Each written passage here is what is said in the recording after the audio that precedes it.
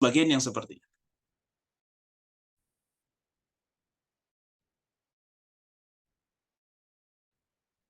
Nah, itu kemudian adalah surah At-Tolak.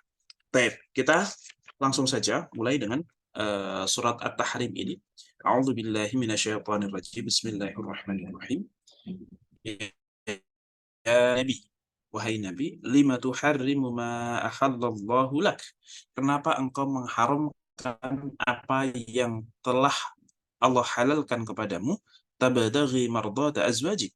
Kamu melakukan itu hanya karena mencari ridho dari sebagian istri-istri engkau. Wallahu ghafurun rahim. Tetapi ya Allah itu maha penyayang. Nah, jadi di sini adalah salah satu ayat di mana kalau tidak salah ada delapan. Ada delapan kali Allah Subhanahu wa Ta'ala menegur Nabi. Maksudnya menegur bahwasanya Nabi yang kamu lakukan itu salah, atau mungkin jangan lakukan itu. Beberapa hikmah yang bisa kita ambil. Satu, bahwasanya Nabi Muhammad itu adalah seorang yang maksum, tidak pernah salah. Kalaupun Nabi pernah akan salah, itu langsung diluruskan sama Allah Subhanahu Wa Ta'ala. Ya. Dan bahkan Nabi itu maksum semenjak sebelum jadi Nabi. Karena dalam sebuah hadis dikatakan, saya tidak pernah melakukan atau ingin melakukan satu hal yang salah kecuali dua kali saja.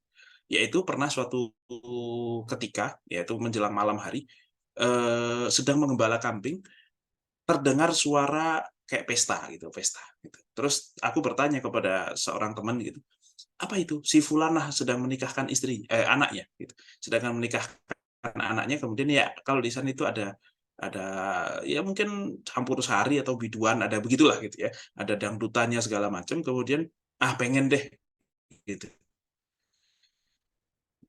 maka dititipkanlah Rasulullah karena untuk menonton itu dangdutan ya. Jadi keinginan nakal, dalam tanda kutip, keinginan nakalnya Rasul itu cuma pengen, penasaran itu apa sih dangdutan itu, belum pernah melihat. Oh, acaranya kayak gimana sih, dan seterusnya. Kemudian ketika Rasul berjalan menuju tempat tersebut, ternyata tertidur. Entah bagaimana ceritanya, pokoknya berjalan kok ketiduran itu. Kan kalau nunggu ketiduran sih oke lah, ini berjalan kok ketiduran, kok bisa-bisanya gitu. Padahal Rasul juga menggembala kambing masih di Mekah-Mekah juga, nggak yang jauh juga gitu. Ketiduran terus dibangunkan oleh sinar matahari. Loh, nggak jadi akhirnya. Dan itu kejadian dua kali dengan konsep yang sama. Hanya itu saja yang kemudian pernah ingin dilakukan oleh Rasulullah ketika sebelum diangkat menjadi nabi, dan ternyata nggak pernah kejadian, dilindungi oleh Allah Subhanahu wa Ta'ala. Dan memang ketika Rasulullah kemudian menjadi nabi, pertama kali dapat wahyu, kemudian diantar sama Ibunda Khadijah ke rumahnya Waraqah bin Naufal, itu kemudian nabi kan baru, oh alah, pantesan kok saya dilindungi, kok saya begini, kok saya begini. Itu baru tahu semuanya. Oh alah, saya itu nabi loh gitu. Ya, kok pernah saya melihat ada batu kok memberikan salam kepada saya. Itu satu hal yang aneh. Dulu malaikat kemudian membelah dada saya, kemudian awan itu bisa mengikuti saya, dan seterusnya. Kemudian mau maksiat kok gagal terus, itu kurang lebih ya. Itu walah, saya itu nabi. Itu baru ketahuan, Nabi pun baru paham bahwasanya beliau itu kenapa semua ini terjadi gitu. Oh, karena memang saya dipersiapkan untuk menjadi nabi. Nah, kurang lebih begitu. Jadi hanya ada 8 kali Rasulullah itu ditegur sama Allah melakukan kesalahan. Tetapi belum terjadi melakukan kesalahan, Allah langsung luruskan lagi. Ini menunjukkan bahwasanya Rasulullah itu adalah seorang yang maksum, tidak pernah salah dan tidak mungkin salah karena dijaga oleh Allah.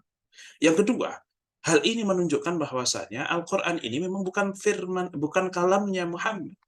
Ini adalah firmannya Allah Subhanahu wa Ta'ala. Karena kalaulah ini dari Muhammad, tidak mungkin ayat ini kok dinampakkan. Masa membuat pengakuan yang mempermalukan diri sendiri dalam tanda kutip. Bahkan ya kita pun ya secara manusiawi, kalau kita punya salah, kemudian hampir terjadi kesalahan, kita umpatkan itu supaya nggak ketahuan sama orang, kita simpan itu rapat-rapat. Malah sama Rasulullah kemudian dinampakkan. Kenapa? Ya karena memang ini ilmu, ini ayat, ini dari Allah, harus disampaikan. Masalah kontennya Rasulullah suka apa tidak, ini kalau kita, kalau saya gitu misalnya, ayat ini berat buat saya untuk, kalau misalnya ini kok turun kepada saya gitu ya, waduh ini membuka aib gitu kan. Kurang lebih seperti itu. Saya pernah hampir salah, saya pernah melakukan hal yang kemudian seperti ini, harusnya tidak saya sampaikan. Tetapi karena Rasulullah itu adalah tabligh, punya sifat tabligh, maka harus disampaikan. Dan ini menunjukkan bahwa bukan dari beliau. Karena ada kepentingan beliau yang tergerus di situ. Yang seharusnya kalau memang beliau itu dari beliau, maka tidak akan disampaikan harusnya. Tapi disampaikan, artinya ini menunjukkan bahwa itu bukan dari Muhammad, tetapi ini dari Allah Subhanahu wa taala. Baik. Kemudian ayat ini turun dengan satu sebab, ya, dengan sebab. Yang mana sebab ini para ulama berbeda pendapat. Ada beberapa riwayat lah, gitu ya. Riwayat yang pertama adalah bahwasanya Rasulullah SAW itu kemudian mengharamkan madu karena istrinya tuh agak komplain, yaitu Aisyah dan Hafsah. Itu agak komplain, bukan dengan bau madunya sebenarnya. Jadi makanya nanti Aisyah sama Hafsah itu disuruh untuk tobat. Jadi begini, Rasulullah itu setiap hari itu kemudian berkeliling ke rumah istri-istrinya, yang mana bukan rumah sih, lebih tepatnya kamar ya. Karena memang kamarnya Rasulullah itu, kamarnya Aisyah itu, yang mana di rumah Rasulullah juga, itu 3x4. Wah, ini kan kayak kosan petakan kan. Bayangkan saja 3x4. Makanya kalau mau sunnah Rasul betul itu ya rumahnya 3x4 gitu. Kalau rumahnya kok 500 meter gitu kan berarti ya nggak terlalu sunnah Rasul itu. Ya tapi nggak harus juga seperti itu. Jadi kamarnya Rasul. Makanya ketika Rasulullah itu sholat malam di rumah, ya pantas saja Aisyah kemudian kakinya itu kena gitu. Kurang lebih seperti itu. Karena ya memang sangat sempit. Bayangkan 3x4 itu ya kamar teman-teman lah kurang lebih kan. 3x4. Kamar tambah dikit atau ya sekamar itulah 3x4. Oke. Jadi nggak ada tuh ruang tamunya, nggak ada apa namanya apa dapur segala macam. Ya partisinya ya kayaknya kecil-kecil banget gitu. Kalau menerima tamu ya kebanyakan bukan di rumah, tetapi di masjid kan gitu. Karena memang rumah Rasulullah atau rumah Aisyah, rumah istri-istri Nabi itu berjejer di samping masjid semuanya. Ya, kalau sekarang sudah menjadi area Masjid Nabawi semuanya. Kalau zaman dulu ya, ya kalau teman-teman tahu Raudhah itu jarak antara kamarnya Rasulullah dengan masjid atau mimbarnya. Nah, makam Rasulullah sekarang itu rumah Aisyah. Karena Rasulullah itu dimakamkan di mana beliau wafat, yaitu di kamarnya Aisyah, di bangkun Aisyah diwafatkan di situ, dikuburkan di situ. Kemudian setelah itu Abu Bakar juga diwakamkan di situ. Dan Aisyah masih tidur di kamar tersebut ketika Rasulullah dimakamkan di situ. Dan ketika Abu Bakar dimakamkan di situ, Aisyah masih tidur di situ.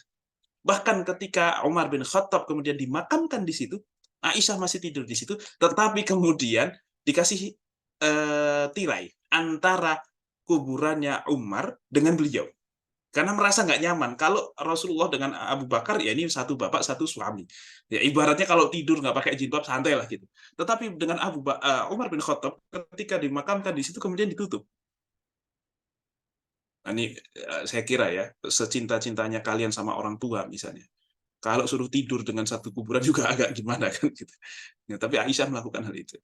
Baru nanti setelah masa Utsman bin Affan, Aisyah itu pindah dari Madinah ke kota Makkah. Oke, tapi ini kembali lagi bahwasanya kotaknya kotak-kotak kecil begitu, kamar-kamar kecil yang berderet itu istri-istri Nabi isinya. Nah, Rasulullah itu keliling, setiap hari itu keliling ke rumah-rumah atau ke kamar-kamar masing-masing, kemudian nanti nginepnya di rumah yang istri A, ya, kemudian hari berikutnya istri B gitu. Tapi tiap hari itu ketemu dengan para istri Rasulullah SAW. Kemudian setiap di rumah Zainab binti Jahash, Zainab ini terkenal dengan cantiknya. Nah, salah satu yang dicemburi oleh Aisyah itu adalah Zainab. Selain ibunda Khadijah ya. Jadi Aisyah pernah berkata dengan perkataan yang agak lumayan juga. Ngapain sih udah tua, udah meninggal gitu. Kok masih dibahas aja. Ini loh ada yang lebih cantik, ada yang lebih baik gitu. Yang lebih baik daripada yang disebutkan itu. Maka Rasulullah agak-agak ini tuh. Sesungguhnya tidak ada yang lebih baik daripada Khadijah gitu. Dia memberiku anak, dia kemudian membela aku di saat tidak ada yang membela aku, dan seterusnya dan seterusnya. Oke, mungkin kalau kalian ada di posisi Khadijah ya mungkin akan melakukan hal yang sama, tetapi ya belum teruji gitu. Ya Khadijah memang yang udah paling the best gitu. Itu tidak terbantahkan sih, tidak terbantahkan. Tetapi ya kecemburuan itu satu hal yang fitrah terjadi. Nah, maka Rasulullah ketika keliling itu biasanya di rumah Zainab itu agak lama. Kenapa? Ternyata Zainab itu dikasih atau memiliki madu yang dikasih orang. Kemudian di setiap di kamarnya Zainab itu Rasulullah meminum madu. Nah, dari situlah kemudian Hafsah dengan Aisyah ini klop ini satu kubu nih mereka. Jadi ternyata kalau istrinya dua itu maka mereka head to head. Tapi kalau istrinya kok empat, nah itu biasanya dua kelompok, yang satu kelompok sama ini, yang satu kelompok ini, atau ya gimana lah gitu, nggak tahu lah. Terus pokoknya gitu, ada semacam permusuhan seperti itu. Makanya kalau cuma dua doang head to head, tapi kalau tiga, ini bingung, ini namanya ke ya mana ya kan gitu ya. Agak ada seperti itu. Nah, Aisyah sama Hafsah itu klop. Sebagaimana ayahnya Abu Bakar dan Umar juga klop gitu, kurang lebih seperti itu. Nah, kemudian eh, ini ceritanya dari Aisyah. Aisyah yang cerita sendiri. Ini luar biasa nih. Aisyah juga luar biasa berjiwa besar gitu ya. Menceritakan ayatnya sendiri bahwa ayat ini turun selain Rasulullah yang kemudian diperingatkan, saya juga diperingatkan dalam ayat itu ya. Kurang lebih seperti itu. Nah, itu terjadi karena kesalahan saya dengan Hafsah, saya sepakat dengan Hafsah.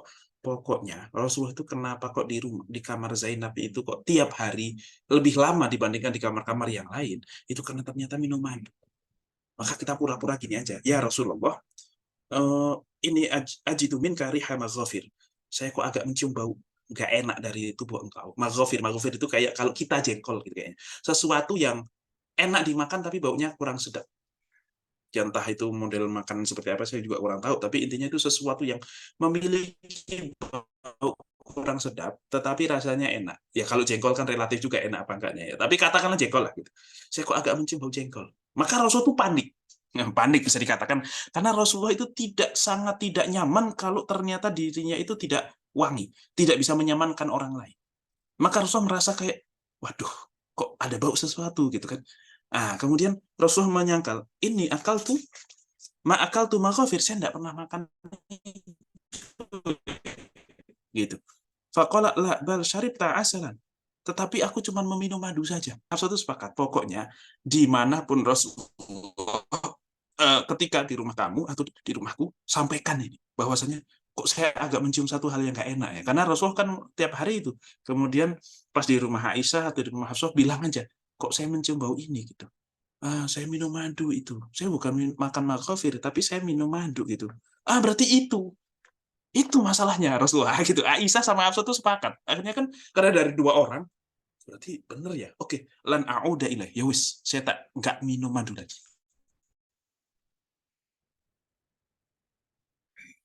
Dan di situ dikatakan bahwasanya ada sumpah dari Rasulullah SAW. Demi Allah saya tidak akan minum madu lagi.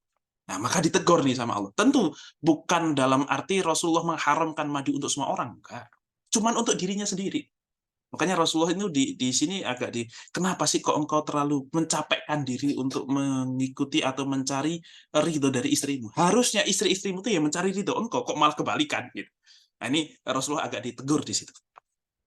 Sampai kemudian mengharamkan sesuatu yang Allah halalkan untukmu dengan kemudian bersumpah, ya, bersumpah aku tidak akan memakan itu lagi.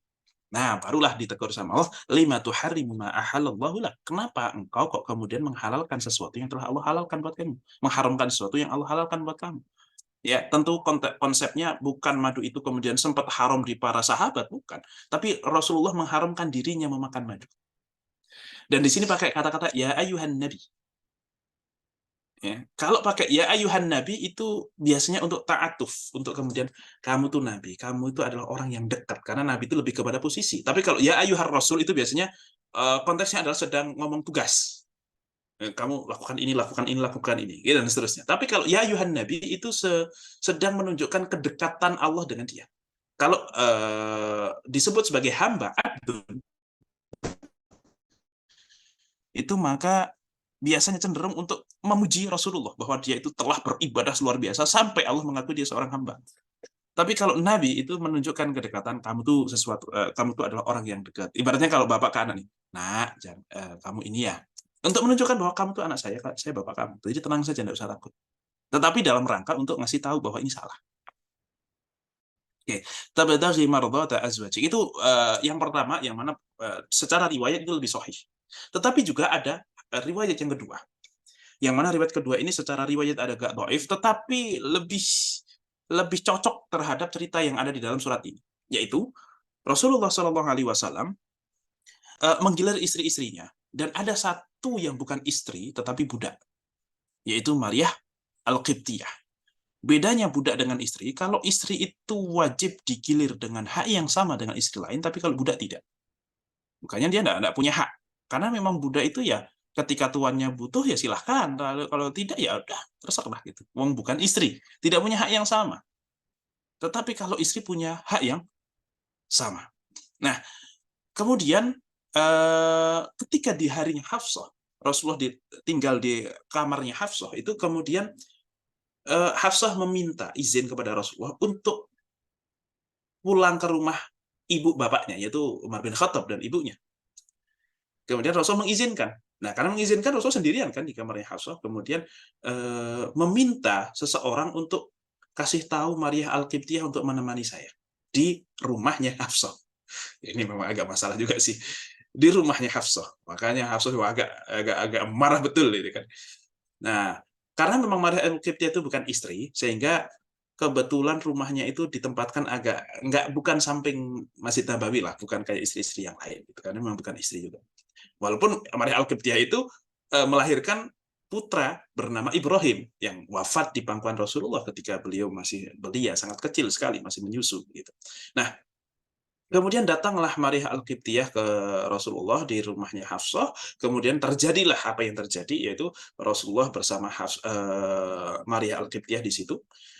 Dan ternyata Hafsah itu sudah ada di luar rumah menunggu. Ini kok dikunci, kok pintunya dikunci dan seterusnya. Ini agak-agak dramatis ya di sini ya. Nah, pas dibuka kan ternyata Rasulullah itu terlihat berpeluh begitu. Ya pokoknya kelihatan begitu. Kemudian Hafsah langsung nangis. Pastilah ya nangis gitu kan. Ya Rasulullah, kemudian dia berkata begitu. Riwayatnya itu di sini. Nah,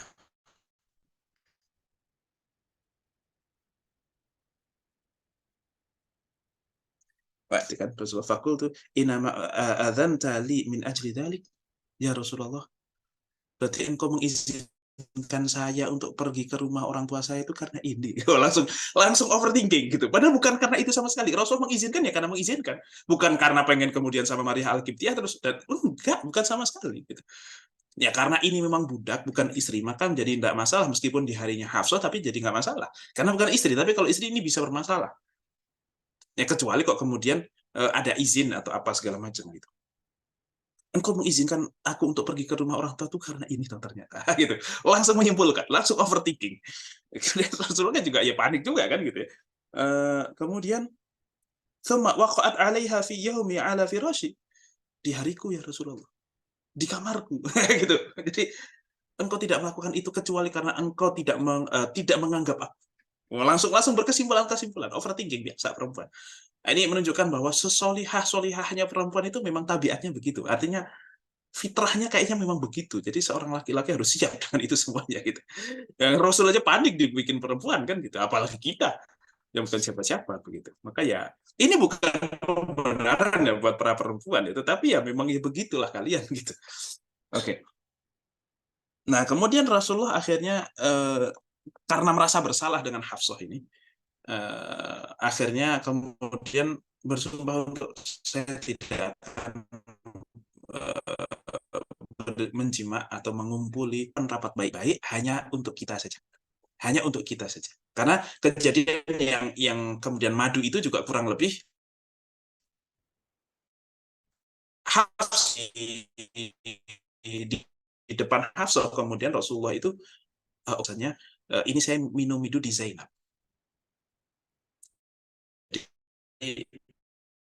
Padahal itu kok sama Zainab itu di rumah Zainab kok lama sekali, itu apa gitu. Ternyata madu itu.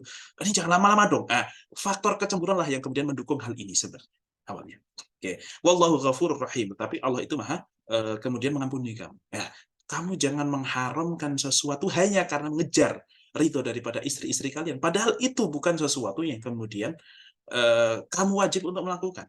Tapi Rasulullah berusaha untuk menyamankan seluruh istri. Hanya saja ini terlalu berlebihan karena sampai mereka berdua itu bersekongkol dan seterusnya. Karena setelah kemudian Rasulullah mengatakan saya tidak akan menjimai istri atau Maria Al-Qibtiyah lagi. Itu kemudian Hafsah agak girang dan ngasih tahu kepada Aisyah. Kan sudah dikasih tahu, jangan kasih tahu siapa-siapa. Ngasih tahu Aisyah, Aisyah, ada kabar baik. Nah, gitu kurang lebih. Apa? Sekarang Maria Al-Qibtiyah sudah tidak akan ini lagi sama Rasulullah. Gitulah, kurang lebih seperti itu. Jadi agak kurang sedikit ini apa namanya saingan kita dan seterusnya dan seterusnya. Ya, itu istri-istri Rasulullah SAW dengan kesalahan yang memang manusia. Sehebat-hebatnya istri Rasul itu adalah manusia juga. Yang tidak pernah salah hanya Rasulullah. Istri-istri Rasul mungkin pernah salah dan itu sangat wajar dan manusiawi, apalagi ini perempuan suaminya tidak hanya punya satu istri, wah kurang lebih seperti apa? Bisa kalian bayangkan. Artinya jangan pernah kemudian bersuudzon kepada Aisyah ataupun kemudian Hafsah. Ya itu adalah satu apa ya? Satu kewajaran buat seorang perempuan. Nah, kemudian dikatakan di situ, qad faradallahu lakum tahillata aymanikum. Sesungguhnya Allah telah mewajibkan kepadamu untuk membebaskan sumpahmu. Nah, karena tadi sudah terlanjur bersumpah tidak makan atau minum madu lagi, atau nah ini ada dua riwayat kan, atau mengumpuli Maria Al-Qibtiyah lagi, maka Allah perintahkan kamu untuk melanggar sumpah itu. Untuk kemudian bukan melanggar, tapi menggugurkan sumpah itu dengan melakukan. Maka ada dua pendapat. Apakah Rasulullah kemudian mengkafaroti sumpahnya itu atau tidak? Ada yang karena mengkafaroti sumpahnya itu. Satu lagi mengatakan Rasulullah tidak mengkafaroti sumpah itu. Kenapa? Karena Rasulullah itu sudah diampuni dosa-dosanya. Wallahu ghafurur rahim. Ya, yang telah lalu atau yang akan datang Rasulullah sudah diampuni semuanya. Jadi tidak perlu untuk mengkafaroti. Oke, tapi ini ya khusus Rasulullah. Kalau kita ya tetap wajib gitu kan. Wallahu maulakum. Dan Allah lah pelindung kamu, wahwal alimul hakim, dan Allah lah yang maha mengetahui dan maha bijaksana. Artinya yang paling tahu porsi sesuatu itu ya Allah itu. Oke, kamu selama ini ngalah sama istri, misalnya Aisyah itu pernah suatu ketika, ini di hari Aisyah, tapi ada seorang istri Nabi yang lain yang kemudian mengirimkan makanan kepada Rasulullah melalui tangan seorang pembantu. Ya, di situ Rasulullah sedang bersama beberapa sahabat, gitu ya. Kemudian di situ juga ada Aisyah. Melihat itu adalah kiriman makanan dari istri lain Rasulullah, langsung ditampar itu piringnya sampai makanan ini tumpah-tumpah. Ya tentu itu makanannya mungkin roti-roti atau apa gitu. Nah, Rasulullah nggak marah sama sekali, padahal di hadapan sahabat-sahabat. Bayangkan kalau misalnya istrinya Jokowi, kemudian marah sama Jokowi di hadapan menteri-menteri ya. Gitu. Kayak gimana malunya, apa nggak kemudian udah diganti itu istri gitu.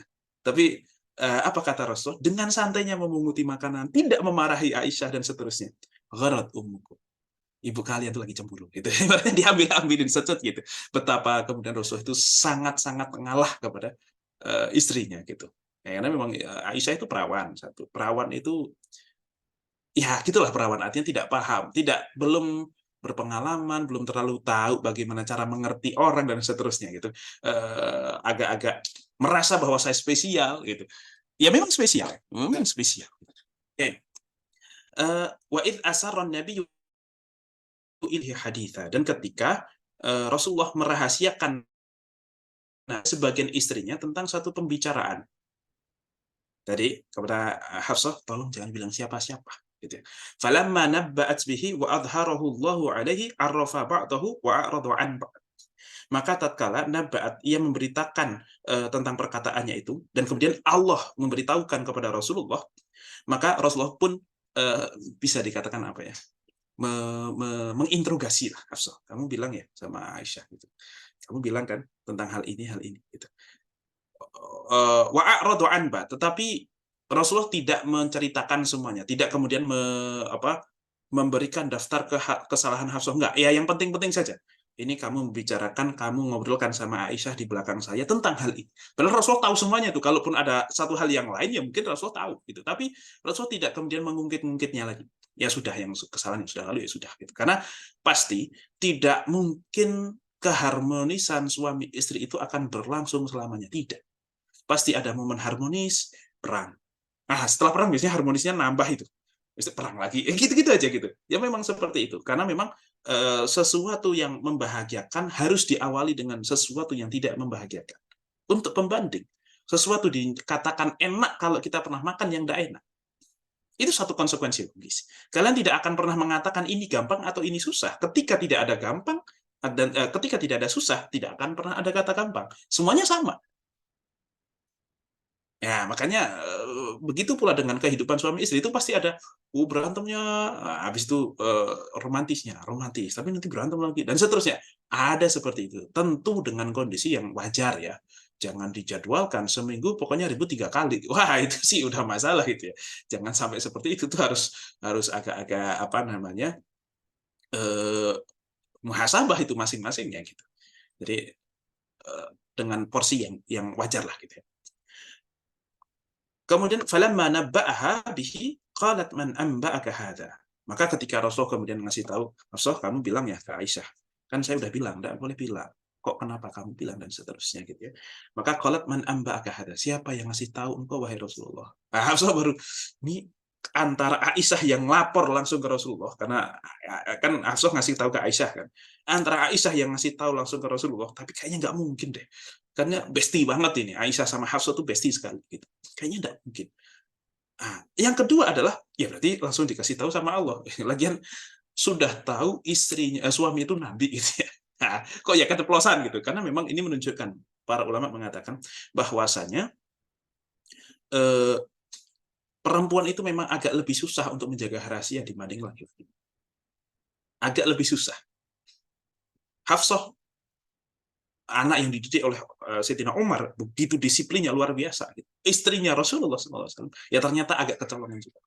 Padahal dulu Sayyidina Anas bin Malik usia 10 tahunan, ya usia 10, 11, 12 itu disuruh untuk menjaga rahasia, bisa dia jaga rahasia.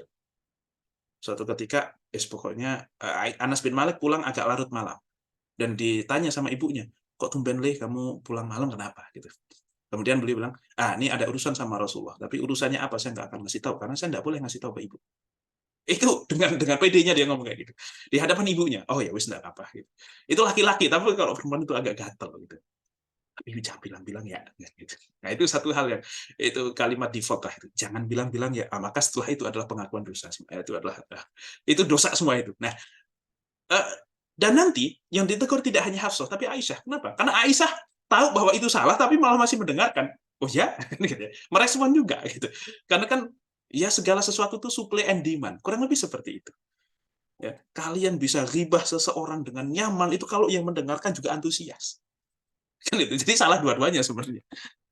Nah, itu kan supply and demand itu. Kalian punya supply, ada demand juga ternyata. Wah, itu salah dua-duanya sebenarnya. Tapi ya itu satu hal yang manusiawi. Bahwasanya man anba'aka hadza qala naba'an yal alimul khabir. Rasulullah kemudian mengatakan yang ngasih tahu aku itu adalah zat yang maha mengetahui al-alim. Mengetahui dengan dengan semua unsur gitu ya. Al-khabir itu kalau maha melihat diartikan sini maha melihat ya. Tapi intinya al-alim itu mengetahui secara umum. Al-alim itu pokoknya maha mengetahui, titik gitu ya. Tidak ada keterangan tambahan. Pokoknya maha mengetahui secara mutlak. Al-khabir itu maha mengetahui sesuatu yang detail-detail, yang renik-renik, yang kecil-kecil yang dirahasiakan. Al-khabir itu mengetahui yang detail-detail.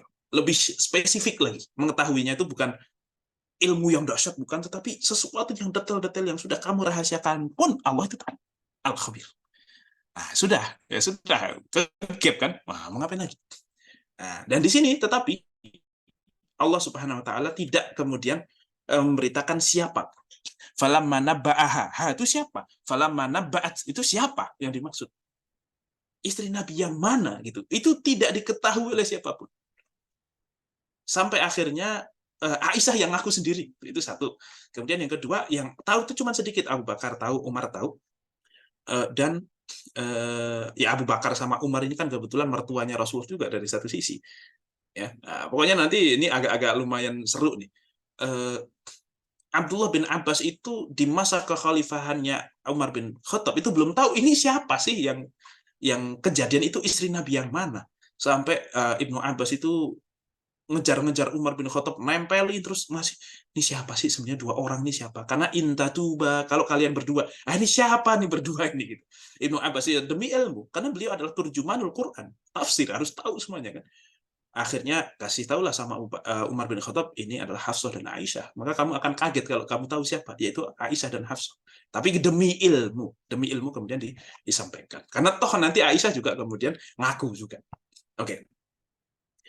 Dan Rasulullah dan Allah Subhanahu wa taala tidak menjelaskan siapa di sini. Ini menunjukkan, ya, kata sebagian ulama, salah satunya Syekh Asy'arawi, kalau suatu ayat, suatu kejadian kok tidak disebutkan namanya siapa di dalam ayat, maka ada kemungkinan terjadi kepada orang lain. Tetapi kalau sudah disebutkan siapa namanya, maka kejadian seperti itu tidak akan terjadi lagi kepada orang lain. Kayak misalnya, tabbat yada abi lahabi wa tab. Ada nggak selain Abu Lahab yang mengatakan demikian? Alihaja jamak tanah. Wah Muhammad, oh cuman gara-gara kayak gini kamu kumpulan kami. Oh celaka kamu Muhammad. Itu cuman Abu Lahab saja yang mengatakan. Tidak ada setelahnya lagi. Kemudian misalnya masalah Zaid dengan Zainab, itu juga ya tidak akan pernah kejadian lagi tentunya gitu. Jadi pokoknya kalau ayat-ayat yang tidak menyebutkan nama di dalamnya, maka ada kemungkinan bisa kejadian lagi kepada orang berikutnya. Tetapi kalau disebutkan nama, maka tidak akan terjadi lagi. Itu kata sebagian ulama mengatakan demikian. Itu salah satu apa ya, melihat daripada pola-pola yang ada, kurang lebih seperti, oh berarti kalau kata-kata yang ada namanya itu nggak akan terjadi lagi sama orang. Yang kayak Fir'aun ya Fir'aun doang udah gitu. Misalnya, yang kayak Haman ya Haman doang, dan seterusnya. Yang sampai segitunya lah kurang lebih. Oke. Qala nabba'aniyal alimul khabir. Kemudian in tatuba, ketika kalian berdua bertaubat kepada Allah Subhanahu wa taala, yaitu Aisyah dan Hafsah, ya. Nah, ini cerita tadi tentang Aisyah yang mengaku sendiri. Ilallahi faqad saghat qulubukum, maka sesungguhnya hati kalian itu telah condong. Ya, condong kepada apa? Nah, di sini disebutkan condong senang kepada apa yang kemudian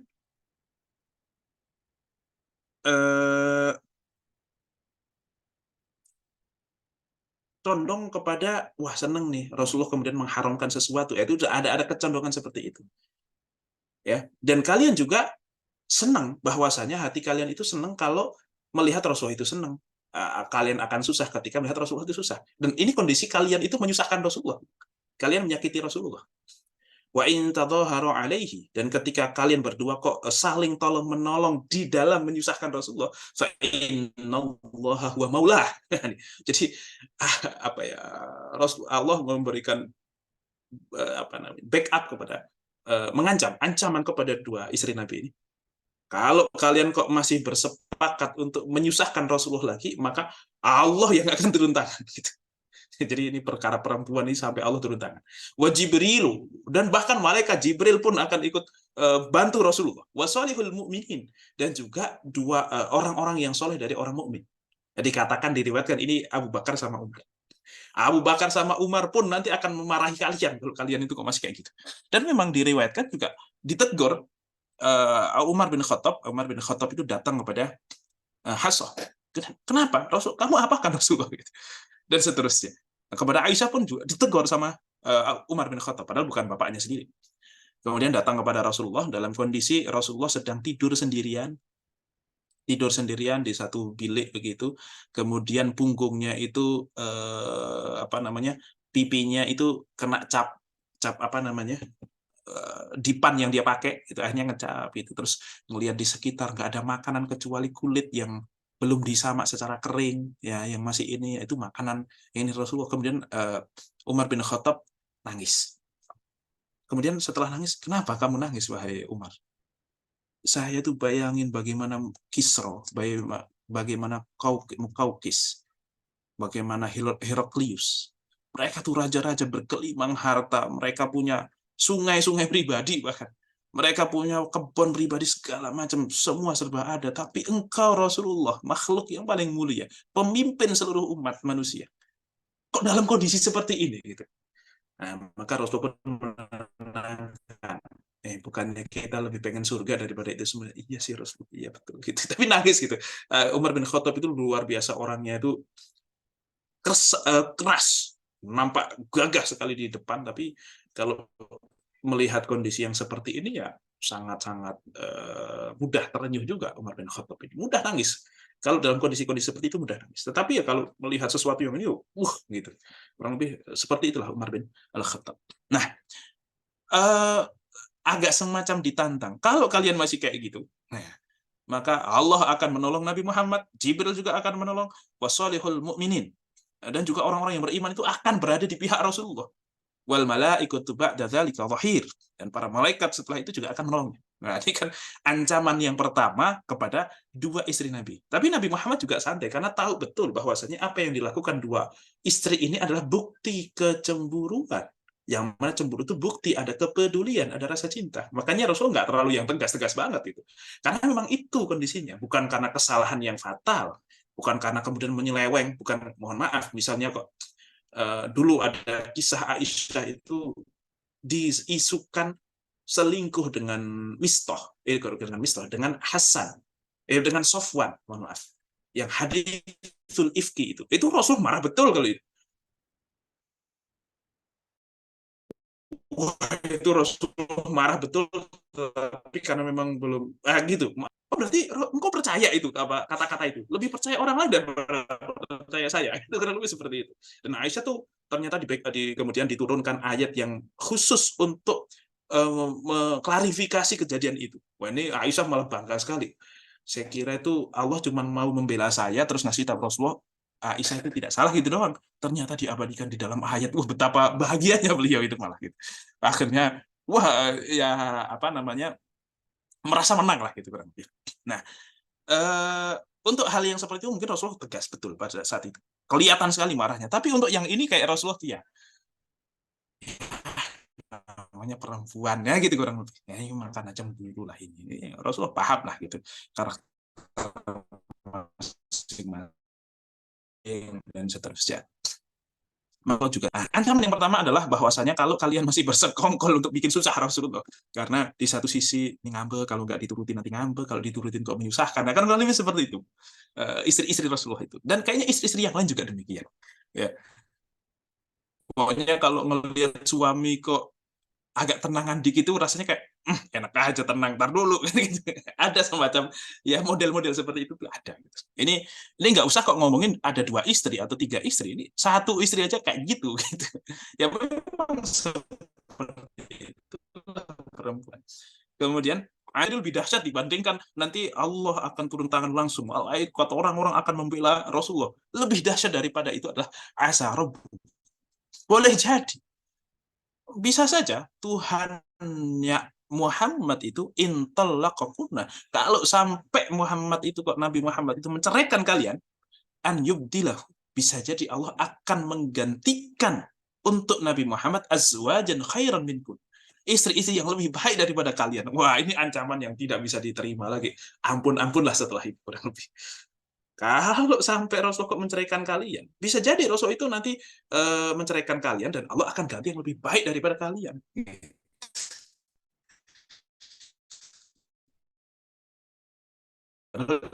Yaitu muslimatin mu'minatin, perempuan muslimah yang mukminah, semacam tata cara dari luarnya solihah, dari dalamnya solihah. Qanitatin yang taatnya luar biasa, taibatin yang bertaubat terus, yang selalu taibat itu perempuan yang bisa dikatakan apa? Yang selalu ngaku salah. Gitu. Taibat itu kan orang yang bertaubat. Taubat itu syaratnya adalah ngaku kalau salah. Gitu. Yang ngaku salah kepada Allah, ngaku salah kepada suami, kan kurang lebih seperti itu. Dan ini agak jarang juga, bukan agak jarang sih, ya banyak sih. Cuman perempuan itu tertutup gengsi. Dia ngaku salah sebenarnya, cuman ya jangan sampai nampak. Lebih baik ngaku salah sama temennya daripada sama di depan suaminya. Itu kadang juga seperti itu. Abidatin, perempuan yang apa namanya, rajin ibadah. Saihatin, yang rajin berpuasa. Sayyibatin wa abkaru, baik janda ataupun perawan. Wah, kan berarti wah gantinya banyak lagi. Dan ini sifatnya sempurna semuanya. Muslimatin, mukminatin, qanitatin, taibatin, abidatin, saihatin. Ya, bukan ini adalah beberapa orang yang berbeda. Dia seorang muslimah yang mukminah, yang qanitah, yang taibah, yang abidat, yang saihat juga. Itu dalam satu orang itu. Yang mana thayyibatin wa abkaro. Makanya tidak pakai wa nih. Muslimatin wa mu'minatin wa qanitatin wa taibatin, bukan yang wa. Kalau wa itu ada kemungkinan yang muslimat yang ini, ya. Yang mukminat yang ini, yang taibat yang ini, yang abidat yang ini, yang saihat yang ini, bisa jadi. Tetapi ini menunjukkan bahwa ini satu orang, di dalam satu orang itu memiliki sifat sekian banyak, tetapi thayyibatin wa, ada wa-nya, dan yaitu seorang janda wa abkaro, dan bisa jadi perawan. Karena janda dan perawan tidak mungkin, satu perempuan kok bisa janda dan perawan, tidak mungkin. Tapi kalau dia muslimah, mukminah, qanitah, taibah, abidat, saihat, kan mungkin sifat itu disifati oleh satu orang, kan mungkin. Tapi kalau thayyib dan abkar tidak mungkin. Nah, maka bisa jadi nanti seorang janda ataupun seorang perawan.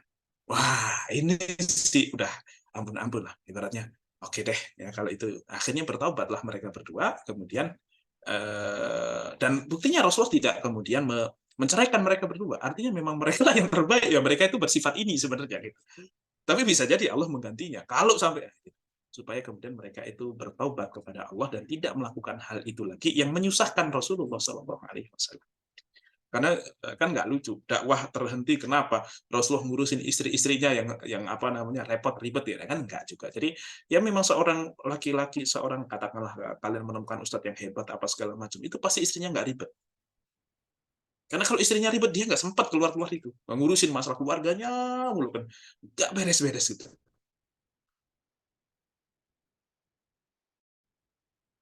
Makanya kadang perceraian itu kadang lebih baik di dalam satu kondisi. Perceraian itu kadang lebih baik dalam insan ini tidak saling menyakiti lagi, tidak saling berbuat dosa lagi dengan menzalimi satu dengan yang lain. Meskipun itu adalah satu hal yang sangat, itu adalah akhir dakwah gitu. Itu adalah obat terakhir. Ya kalau memang harus, ya nggak apa-apa. Artinya bukan satu hal yang harus malu juga. Ya memang kalau seperti itu, ya kemarin bertawakal kepada Allah, bertakwa kepada Allah, pasti akan dimudahkan. Ya akan dikasih rezeki yang tidak disangka-sangka. Ya akan bisa jadi diganti dengan yang lebih baik dan seterusnya dan seterusnya. Jika memang keputusan itu berdasarkan ketakwaan. Karena ada juga seseorang yang takut untuk cerai, padahal sudah seharusnya cerai sekali, gitu ya. Hanya karena takut, wah nanti saya gimana, anak-anak saya gimana. Tenang, yang membuat kalian bisa makan, anak kalian bisa makan itu bukan suami. Siapa? Allah. Makanya seorang suami juga jangan terlalu pede. Wah, ntar kalau saya meninggal sekarang, ini gimana anak saya? Tenang, gitu. Tenang aja. Istri saya gimana? Oh, bisa jadi lebih bahagia dia nanti. Gitu. Jadi nggak usah terlalu GR. Bahwasanya seolah-olah kalau nggak ada saya nanti gimana? Aman, aman. Gitu. Karena Allah Subhanahu Wa Taala sudah menjamin semuanya. Maka yang paling penting itu ketakwaan. Apapun yang kita lakukan itu ketakwaan. Bermuamalah dengan suami, bermuamalah dengan istri juga atas dasar ketakwaan. Nah, ini kalau kemarin itu ya mungkin yang lebih diancamkan laki-lakinya. Awas kalau kamu tidak memperlakukan istri dengan baik.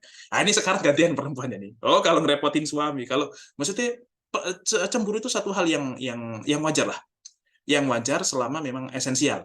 Enggak masalah, jangan yang kemudian mengada-ada gitu ya. Kalau selama memang itu satu hal yang oke, ya enggak terlalu masalah. Karena Rasulullah juga cemburu juga pernah. Suatu ketika menemukan Aisyah di dalam rumah Aisyah itu ada seorang laki-laki. Loh, siapa ini gitu kan? Kemudian Aisyah bilang, ya Rasulullah jangan salah sangka, ini ada saudara sesusuanku. Oh, sesudah. Tapi kan tetap Rasulullah itu sempat kaget gitu. Oh, siapa ini? Kan gitu ya. Sempat kaget. Oh, ini ternyata saudara sesusuan. Nah, artinya Rasulullah juga cemburu juga. Nah, istri-istri Rasul juga cemburu juga, wajar gitu ya. Maka saling cemburu itu adalah bukti masih saling peduli. Kalau sudah tidak cemburu itu justru bahaya. Bahkan Rasulullah kan apa namanya, mencela orang yang tidak punya cemburu sama sekali. Yang seorang laki-laki nggak cemburu kan disebut dayus. Akhirnya perempuannya keluar tanpa jilbab, dibiarin aja. Perempuan tampil-tampil seksi di Instagram, nah itu dibiarin aja dan seterusnya. Itu ada semacam kekebasan di dalam diri hati dia yang sudah bodo amat lah gitu. Apalagi kok dia tampil seksi di depan kamera dapat endorsan. Wah, lumayan bayar listrik kan apa segala macam. Wah, ini laki-laki macam apa? Tidak bertanggung jawab, tidak memikirkan kehormatan gitu. Nah, nggak seperti itu seorang laki-laki. Oke, itu adalah terkait dengan pelajaran untuk perempuan-perempuan ketika nanti kalian jadi istri itu ya cemburu itu oke, tapi jangan sampai cemburu dengan cara yang haram. Nah, kan Aisyah sama sama Hafsah itu kan sudah berlebihan di situ. Itu yang jadi masalah. Tapi kalau cemburunya Aisyah pada saat itu sama Rasulullah masih ditoleransi. Sama Allah juga tidak ditegur, ya udah. Itu dinamika, itu kembang-kembang apa namanya? Percintaan di dalam keluarga itu seperti itu akan menimbulkan keharmonisan. Tetapi jangan sampai cemburu malah melakukan satu hal yang sifatnya haram, direaksikan dengan cara yang haram, ngebentak-bentak suami. Kalau nangis manja di depan suami, ngerengek di depan suami itu satu hal yang aduh aduh, ayo sini sini. Itu malah kayak gitu. Tapi kalau ini siapa itu? Langsung dibentak, apaan sih kerjanya gini nih? Itu jangan yang seperti itu. Artinya cemburu itu boleh, bahkan bagus, jangan sampai tidak ada cemburu. Tetapi sewajarnya harus tetap pakai akal sehat, harus pakai berpegang pada ilmu, tahu mana yang boleh dilakukan, mana yang tidak.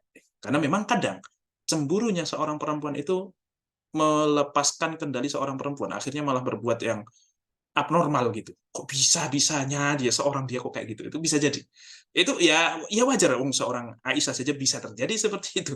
Kepikiran untuk yuk kita konspirasi. Itu kan satu hal yang di luar nalar sebenarnya untuk sekelas beliau, tetapi ya karena cemburu yang luar biasa itu. Maka hati-hati dengan cemburu itu, perlu dirawat, perlu ada, tetapi tolong direspon dengan benar. Tolong direspon dengan benar. Jangan sampai ngerepotin suami gitu. Ya, ngerepotin dengan hal yang sifatnya tidak seharusnya dia repot dengan hal itu. Karena kasihan juga. Ya, sebagaimana Rasulullah akan dibela Allah malaikat, orang-orang itu diancam begitu. Ancaman yang terakhir, bisa diganti kamu. Kurang lebih seperti itu. Baik, Allahu a'lam bishawab. Kita 1-5 dulu insya Allah untuk selanjutnya kami, dan semoga jadi pelajaran buat kita semuanya. Dan untuk selanjutnya saya kembalikan ke Husna sebagai moderator. Allahu a'lam bishawab. Masya Allah. Jazakallah khair Ustaz untuk ilmunya. Masya Allah. Ini untuk akhwat-akhwat muhasabah. Ya, bismillah. Ana sudah ngelis pertanyaan, tapi sebelum itu mungkin teman-teman ada yang mau bertanya terlebih dahulu.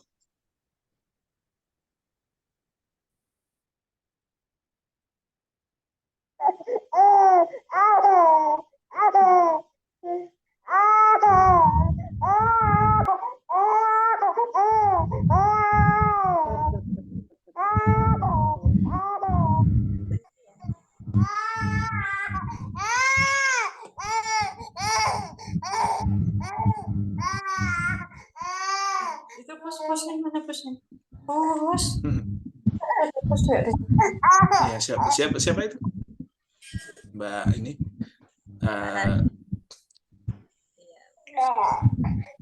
Mic-nya kebuka itu. Nah, mungkin yang host bisa di mute dulu. Nah, oke. Nggak sengaja terpencet. Oke. Siapa? Ya kalau nggak ada ya Husna dulu lah. Silakan. Masya Allah. Ustadz izin bertanya saat yang pertama. Tadi kan beberapa sifat yang keluar dari istri-istri Rasul, yaitu Masya Allah istri Rasul yang solihahnya Masya Allah, dan tetap ada fitrah-fitrahnya Ustadz ya. Nah, kalau yang untuk saya sendiri yang mungkin solehahnya nggak bisa sampai, tapi gimana sih Ustadz agar bisa meminimalkan gitu agar sifat-sifat yang ya fitrahnya perempuan itu tidak terlalu keluar gitu Ustaz. Apa Ustaz? Ya, ini kan terkait dengan kecemburuan. Maka ketika orang yang kita cintai itu benar-benar kita cintai dengan luar biasa, maka akan menimbulkan kecemburuan yang luar biasa pula. Pantas dia seorang Hafsah, seorang Aisyah berpikiran seperti itu karena saking cemburunya dengan Rasulullah SAW yang sebegitu luar biasanya memang. Jadi meskipun imannya tebal, tapi karena memang Rasulullah itu layak sekali untuk dicemburuin. Ya, ibaratnya gitu. Nah, mungkin orang-orang yang seperti kita, yang keimanannya nggak sebagus itu juga, ya kayaknya sih model-modelan pasangan kita juga nggak yang sebesar itu juga membuat kita cemburu gitu. Jadi agak santai. Makanya kadang ya, teman-teman, ya mungkin ini Ustaz, ntar punya suami gitu kan. Takut nggak suami kamu poligami? Takut. Kenapa nggak takut? Kayaknya nggak ada yang mau juga sama dia kan. Coba kalau suami kalian luar biasa itu kan kalian khawatir mulu ke kerjaannya. Tapi kalau kayaknya nggak terlalu. Jadi gitu. Tingkat kecemburuannya itu juga nggak akan setinggi kepada Rasulullah, sehingga sampai bisa menghasilkan ide-ide yang seperti itu gitu. Nah gitu. Jadi tenang saja lah, nggak usah terlalu ini dulu, overthinking dulu. Ya insya Allah akan tetap tertakar. Apalagi kalau kita sudah ngaji apa segala macam. Ya, minimal kita tahu bahwasanya oke, pernah ada kejadian seperti itu. Oh, teorinya seperti ini, teorinya seperti itu. Sehingga ketika kita mempraktekkan, itu kita tahu bahwasanya oh ini salah. Sehingga kapan kita mau untuk memperbaiki, itu kita sudah punya instrumennya. Ya kan? Nah, jadi minimal tahu saja ilmunya, tahu kisah ini, apa yang pelajaran bisa diambil. Nah, kita kemudian simpulkan jadi poin-poin, menjadi satu hal yang kemudian perlu untuk kita pegang. Sehingga nanti ketika kejadian betul, oh kayak gini toh, oh ini yang dimaksud toh, misalnya gitu. Nanti kalau kemudian Husna punya suami gitu kan, kemudian kejadian lah gitu, apa yang membuat cemburu, apa segala macam yang membuat salah paham. Kemudian Husna melakukan hal-hal yang seharusnya itu bukan Husna ketika normal gitu, tapi karena cemburu, akhirnya melakukan hal itu. Jadi, oh iya ya, ya satu sisi tidak terlalu menyalahkan diri sendiri. Seorang Hafsah dan Aisyah pun terjadi demikian. Yang kedua, tetapi oke, ini tidak boleh berlarut-larut. Ya satu hal yang wajar, tapi tidak boleh berlarut-larut. Kan begitu. Jadi ketika kita tahu ilmunya, itu insya Allah ada lumayan rem, ada lumayan instrumen. Kalaupun kita bertaubat, itu langsung tahu kemana harus kita pergi, apa yang harus kita lakukan. Karena kalau orang yang tidak tahu ilmunya, bahkan tahu kalau itu salah saja, kadang tidak. Merasa benar terus gitu. Nah, kadang kita tahu itu salah, tapi kita tetap lakukan karena kesal aja gitu. Ya, oke, insya Allah itu akan sementara. Kesalnya hilang, nanti ya akan tahu lagi harus kemana, harus seperti apa kita bersikap. Nah gitu. Nah ini makanya paling penting ya instrumennya, ilmunya. Prinsip-prinsipnya yang harus kita jaga. Setelah itu baru masalah kita nanti out of control juga. Pasti ada lah momen-momen kita itu tidak terkontrol, itu pasti ada. Apalagi seorang perempuan, lebih-lebih lagi.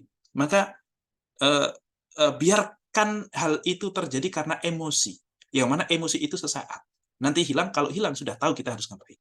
Akal hilang gara-gara emosi biasanya. Emosi itu perasaan, entah sedih, entah terlalu bahagia, entah terlalu apa. Pokoknya begitu. Itu membuat kita suka hilang kontrol kan. Nah, tetapi kalau itu sudah mereda, dan itu akan mereda, pasti. Cinta, secita-citanya Husna sama seseorang. Kalau tiap hari sama dia juga udah biasa aja gitu.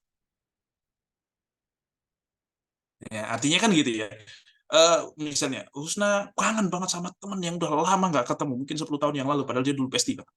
Ya, hari pertama excited banget, hari kedua tidak se-excited hari pertama. Itu satu hal yang wajar.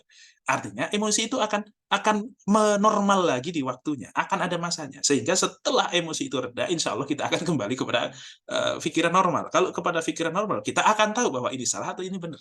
Sehingga kita tahu bisa bersikap apa. Kalau salah ya minta maaf. Ya entah cara minta maafnya dengan cara seperti apa gitu ya. Ya karena perempuan itu juga agak-agak gengsi untuk minta maaf. Jadi nunggu suami minta maaf dulu baru ya udah aku juga minta maaf gitu. Padahal sebenarnya dia dari awal tahu dia yang salah, tapi gimana caranya supaya suaminya bilang minta maaf dulu gitu. Ya kadang suami juga paham juga saya nggak salah, tapi ya biar dia minta maaf, ayo sini saya tak minta maaf dulu biar kamu gampang minta maafnya. Kan kadang gitu. Ya itu trik juga suami ya seperti itulah.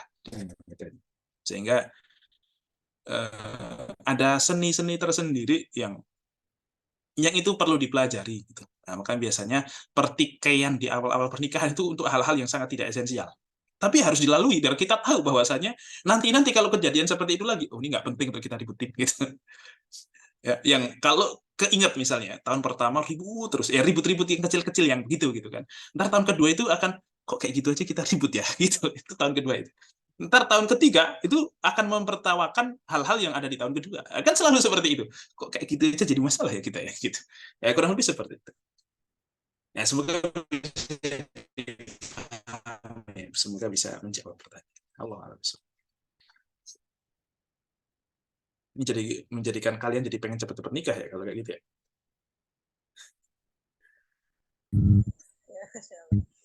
Ya semoga di waktu yang tepat dan dengan orang yang tepat.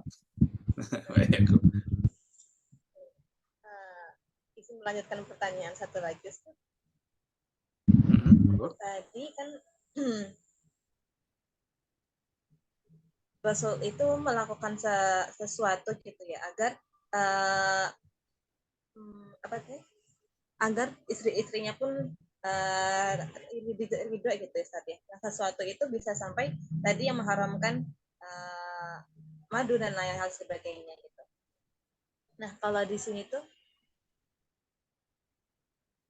kalau dibalik gitu Ustaz, nah, kalau misalnya kalau seorang istri itu melakukan sesuatu hal yang mungkin misalkan ada bohongnya, ada hal lainnya gitu, yang untuk mencari ridho suaminya itu gimana Ustaz? Oke. Jadi, tapi apakah itu terjadi? Agak lebih ke laki-laki yang melakukan daripada perempuan. Tapi katakanlah perempuan juga melakukan. Tentu berbohong itu tidak baik ya, kecuali untuk mendamaikan dua orang, atau ya seperti itulah yang menambah waktu kemarin, atau ya mungkin biasa aja sebenarnya, cuman kata-kata untuk membumbui dan seterusnya itu satu hal yang saya kira sih boleh-boleh saja ya. Yang toh juga bukan bohong juga kan, namanya cantik kan perspektif. Yang menurut saya kamu cantik untuk saya saat ini misalnya gitu kan, ya nggak apa-apa juga. Nah, maka suami melakukan itu kepada istri itu boleh, dan bahkan dianjurkan ya, untuk suami itu bagaimana caranya untuk bisa menyenangkan istri, sebagaimana istri juga bagaimana caranya supaya suami itu jadi senang terus gitu. Karena salah satu kriteria istri itu kan adalah ketika yang kalau kita lihat menyenangkan. Ya, ini sama ketika kalian juga mencari suami begitu, yang kira-kira kalau melihat dia itu bawaannya adem gitu, bukan bawaannya emosi gitu. Karena ada orang-orang yang kalau melihat dia itu bawaannya adem gitu, karena apa-apa dibikin kayaknya santai. Mungkin biasa, mungkin kalau secara paras ya biasa saja, nggak yang cantik banget itu Pak. Cuman ini tidak selalu tentang paras cantik ya, tetapi tentang kok teduh, kok nyaman dipandang, kok kemudian ketika melihat saya itu kok wah, menyambutnya dengan tulus, dengan polos gitu, itu kan kayak jadi satu energi juga gitu, satu hal yang menyenangkan juga, dan itu adalah kriteria ketika kita cari pasangan. Nah, maka berusaha untuk mencari ridho suami atau istri itu boleh, bagus, dianjurkan, tetapi jangan sampai berlebihan akhirnya mengakomodir hal-hal yang sifatnya berlebihan dari pasangan kita.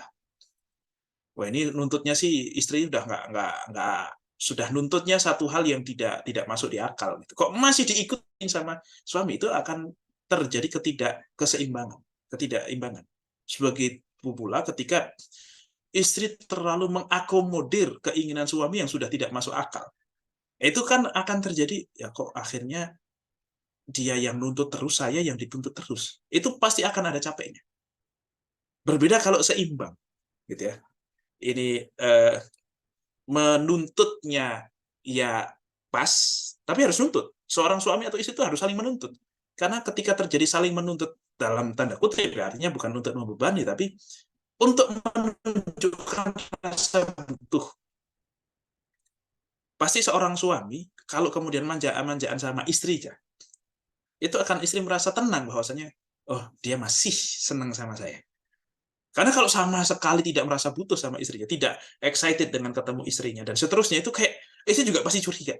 Ini kok kayak sudah nggak mau lagi sama saya. Itu pasti juga kan kayak gitu kan. Seorang suami juga demikian. Kalau bisa melakukan sesuatu yang membuat istri itu senang, itu suami juga bangga, merasa menjadi laki-laki itu di saat itu. Gitu. Kemana kamu mau jalan-jalan? Ayo, mau makan apa ini? Oke, ayo gitu. Senang. Senang banget pasti, terima kasih gitu. Itu juga suami itu merasa kayak saya suami gitu, saya laki-laki, butuh. Jadi apa yang namanya saling menuntut, tapi juga saling mengapresiasi yang masih sewajarnya, maka akan terjadi keseimbangan. Tapi kalau yang satu nuntut terus, yang satu tertuntut terus tanpa ada timbal balik, akan sampai kapan kalian bertahan? Apa yang membuat kalian terus bertahan? Bahan bakarnya itu apa? Cinta? Enggak, sudah enggak bisa. Kan gitu. Makanya artinya semuanya itu harus serba balance, serba seimbang. Jadi cintailah secukupnya ya, sewajarnya, dan bencilah juga sewajarnya. Makanya seorang perempuan itu, nah ini juga satu pelajaran juga yang mungkin saya belum sampaikan tadi. Jangan terlalu inilah. Kalau ada masalah apa segala macam, masalah keluarga terutama, jangan terlalu keluar-keluar. Jangan sampaikan di luar, apalagi di media sosial, update status pakai hati yang retak, apa segala macam. Wah, itu tuh membuat persepsi orang kemana-mana gitu. Padahal itu hanya perasaan sesaat, yang bisa jadi dengan urusan makan bareng doang selesai, gitu ya. Karena cuma masalah sesepele itu, tapi orang sudah berpikirnya aneh-aneh. Ini kan kasihan suami. Kasihan suami juga, kasihan kalian juga. Gini, kalian susah untuk mengklarifikasi. Enggak kok, suami saya kemarin itu enggak salah, sebenarnya saya yang salah. Tapi kan apa kata orang? Sudah beda. Dan kalian juga tidak mau kan, kalau suami kalian kok dipandang rendah oleh orang lain. Laki-laki tidak bisa menyenangkan istri, apa segala macam. Kalian pasti juga nggak terima. Ketika suami kalian padahal nyatanya tidak. Nah, gara-gara kemudian kita tidak sabar, tidak tahan untuk kemudian mengungkapkan itu di satu platform lah, media sosial, atau mungkin ke beberapa orang. Ya, makanya curhat, kalau curhat sama Allah saja, atau curhat bahkan ya sama suami. Kalau memang salah, sebelum orang lain, kadang gini, istri ngambek sama suami. Suami pun bingung, kenapa, salah apa. Saya juga nggak tahu salahnya apa. Seorang suami misalnya gitu. Tapi justru istri sudah cerita dulu sama orang lain. Lah, gimana yang salah nggak ditegur, malah kesalahannya diumbar kepada orang lain. Ini kan salah, betul. Sikap yang seperti itu. Ya kalau memang suamimu yang salah, amar ma'ruf nahi mungkar, itu paling wajib buat orang terdekat. Paham ya? Oke, meskipun mungkin ada perasaan kesel atau apa, tapi lillahi ta'ala. Kalau saya memang saat ini belum bisa melakukan ini karena cinta saya kepada suami, maka lakukanlah saya melakukan ini karena saya takut sama Allah. Nah, itu loh. Jadi memang eh, perceraian itu saya dulu ya ini kemarin lagi ya, saya dinasehatin sama guru saya bahwasanya perceraian terjadi itu rata-rata karena ada masalah yang masalahnya itu yang awalnya itu bersumber dari ketidakketakwaan salah satu pihak atau kedua-duanya. Kalau masing-masing bertakwa kepada Allah, insya Allah nggak akan terjadi. Mau semiskin apapun ya akan tetap santai. Mau sekaya apapun ya tetap tidak akan terfitnah. Mau seganteng apapun, sejelek apapun ya insya Allah akan tetap aman-aman saja. Kalau memang dua-duanya adalah orang yang bertakwa, maka takwa itu menjadi pondasi dasar ketika kita ingin menikah. Ya, kalau saya tidak, misalkan kadang ada ya perasaan kayak enak aja, enak banget dia kayak gitu-gitu, saya yang kayak gini, misalnya gitu, saya doang yang berjuang untuk menyelesaikan, dia nggak pernah berjuang untuk menyelesaikan, dia egois banget gini. Tapi ya karena Allah ya udahlah, saya bukan melakukan ini karena dia ya, pokoknya karena Allah. Gitu nggak apa-apa, ditegaskan aja itu. Ya karena namanya emosi perlu diluapkan supaya plong kan gitu. Tapi karena Allah. Nah, misalnya kok memang karena itu ya nggak masalah. Kenapa kok masih taat sama suami padahal suami kamu itu nampaknya tidak menghargai kamu dan seterusnya? Ya karena saya takut kepada Allah Subhanahu wa taala. Tentu dengan batasan-batasan tertentu. Artinya kalau kita karena takwa kepada Allah, insya Allah akan tahu kapan saatnya kita stay, kapan saatnya kita move on. Tapi ya move on itu jauh sekali lah. Sebenarnya jauh sekali. Kalau sudah dari awal kok dibangun atas ketakwaan, insya Allah itu akan baik-baik saja. Gitu. Allahu a'lam bishawab. Jazakallah khair. Oke. Ada lagi mungkin? Pertanyaan dari kamu S di chat izin menyampaikan Ustaz. Ustadz mau tanya, tadi sempat dibahas kisah di masa lampau yang tidak disebutkan nama spesifik, artinya terulang kembali di masa sekarang. Saya teringat kisah seorang nenek menopause di zamannya Nabi Musa, dia yang sudah ditakdirkan tidak memiliki anak, kemudian bertanya kepada Nabi Musa untuk ditanyakan kembali ke Allah, apakah dia akan memiliki anak di dunia? Kata Nabi Musa, Allah bilang ia tidak akan memiliki anak. Berulang kali dia bertanya ke Nabi Musa, namun dijawab sama. Sampai akhirnya lama tidak bertanya lagi dan ketemu lagi, dia sudah memiliki anak. Ternyata ia selalu berzikir, Ya Rahman, Ya Rahim, dan kata Nabi Musa, rahmat Allah mendahului takdir. Nah, untuk kasus seperti ini, apabila terulang lagi di masa sekarang, itu harus kasus yang sama tentang memiliki anak atau tentang Ya Rahman, Ya Rahimnya Allah. Artinya bisa. Ya. Artinya ini Muat lagi pengen mengamalkan ya Rahman ya Rahim ini untuk satu hajat tertentu nih apa nih nggak tahu kita. Tentu gini. Al-ibratu bi'umumil lafzi la bi khususis sabab. Pelajaran atau ya kaidah-kaidah, aturan-aturan itu berlaku dengan keumuman lafalnya, bukan karena sebab apa itu terjadi. Mungkin untuk kasus itu adalah apa namanya, ini sedang meminta anak, padahal sudah dalam kondisi tua renta. Tapi ternyata Allah masih kasih karena ya Rahman ya Rahim, misalnya katakanlah gitu ya. Walaupun Allah alam ini apakah riwayatnya benar apa enggak benar, tapi kalaupun tidak ya sangat mungkin ini. Ya Rahman ya Rahim, katakanlah ini masuk mujarabah juga sangat-sangat masuk akal, masuk, tidak masalah sama sekali secara syariat. Ya bisa siapa saja yang punya hajat yang mungkin secara sesuatu yang sifatnya duniawi sudah kayaknya mentok gitu ya. Tapi dengan usaha semaksimal mungkin atas nama perintah Allah dan bertawakal kepada Allah dan meminta kepada Allah, maka tadi Rahman dan Rahim Allah itu mendahului takdir dalam tanda kutip. Artinya sunnatullah yang sudah Allah defaultkan di dunia ini, itu bisa dilanggar kapan saja oleh Allah sendiri. Bukan dalam dilanggar itu maksudnya bisa ya tidak harus seperti itu. Ya kayak api Nabi Ibrahim itu ya sunnatullahnya api panas, tapi ya Allah bisa kapan saja melanggar aturan yang Allah bikin sendiri itu yang bernama sunnatullah itu. Karena memang sunnatullah sesuatu yang tidak mulzim, yang tidak wajib harus terjadi seperti itu terus kan. Itu kan sesuatu yang jaizu aklan, yang mungkin saja secara akal. Ya, secara akal itu memungkinkan untuk terjadi secara akal ya, bukan secara kebiasaan. Secara kebiasaan mungkin tidak mungkin terjadi, tapi secara akal bisa saja. Allah menciptakan Nabi Adam bukan dari bapak atau ibu aja bisa, apalagi kok ini ada bapaknya ada ibunya. Cuman perkaranya kalau sudah menopos itu sudah susah, sudah nggak bisa secara duniawi. Ya tidak bisa kan secara duniawi, secara sunatullah, tetapi secara kudratullah kan nggak ada yang nggak bisa untuk hal yang sifatnya jaizu aklan. Nah, ini makanya kalau Mu'ad mau mengamalkan hal ini berdasarkan riwayat tersebut dengan harapan mungkin hajatnya tercapai 1 dan 2 hal misalnya, nggak tahu saya apa itu, dan ya kita doakan saja lah apa saja hajat itu ya semoga yang terbaik, semoga dimudahkan. Kalau memang itu baik ya semoga dimudahkan untuk Mu'ad. Ya bisa-bisa saja, boleh-boleh saja, nggak masalah gitu. Insya Allah itu juga berlaku gitu. Gitu ya, Mu'ad ya, aman insya Allah. Lanjut terus Mu'ad. Apapun itu.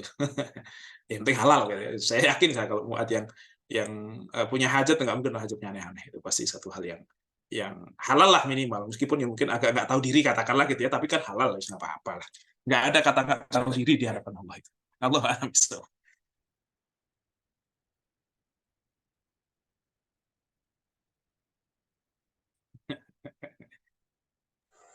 Insyaallah, jazakallah khair ya Ustaz. Oke. Alhamdulillahirabbil alamin. Ya mungkin kalau tidak ada yang ingin bertanya, bisa dicukupkan untuk malam ini. Saya hitung 3 ya. 3, 2, 1. Tidak ada dari teman-teman. Ya, insyaallah jazakallah khair Ustaz atas segala ilmunya, insyaallah yang ini menjadi landasan ya bagi kami gitu Ustaz ya. Insyaallah yang menerangi yang menerangi kehidupan kita. Jazakallah khair Ustaz, semoga Allah melimpahkan segala kebaikannya untuk kita dan keluarga. Mari teman-teman, kita tutup majelis ini dengan baca hamdalah dan tutup dengan kafaratul majelis. Subhanakallahumma bihamdika asyhadu an la ilaha illa anta astaghfiruka wa atubu ilaik. Itu Anda mohon maaf atas segala salah. Jazakumullah khairan katsiran. Assalamualaikum warahmatullahi wabarakatuh. Waalaikumsalam. Baik semuanya, pamitan ya. Syukran Ustaz.